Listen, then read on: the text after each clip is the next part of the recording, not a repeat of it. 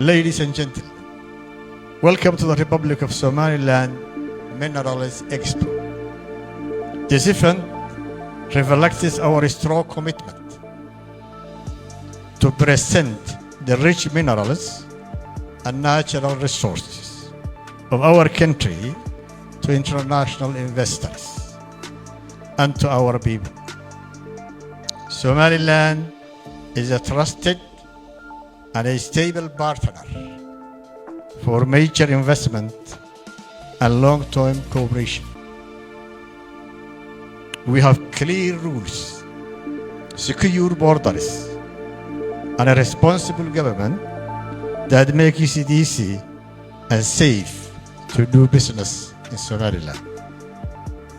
Our nation is blessed with many minerals, including rare ones that are highly demanded in the global markets.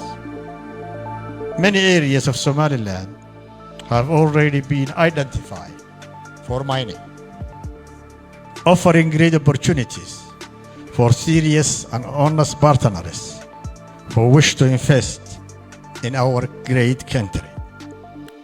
My government is fully committed to developing these resources in a transparent and sustainable way so that all regions and communities of Somaliland will benefit.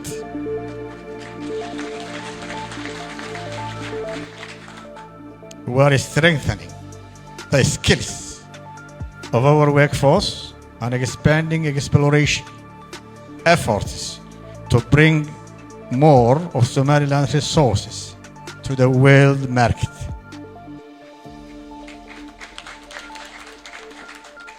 This development supports our national goals of creating jobs, expanding industry, improving access to energy, and building a strong and sustainable economy. Somaliland remains one of the most peaceful, stable places in the region, and this stability gives investors real confidence in choosing Somaliland. I thank all delegates and partners who have joined us today. Somaliland is open for business.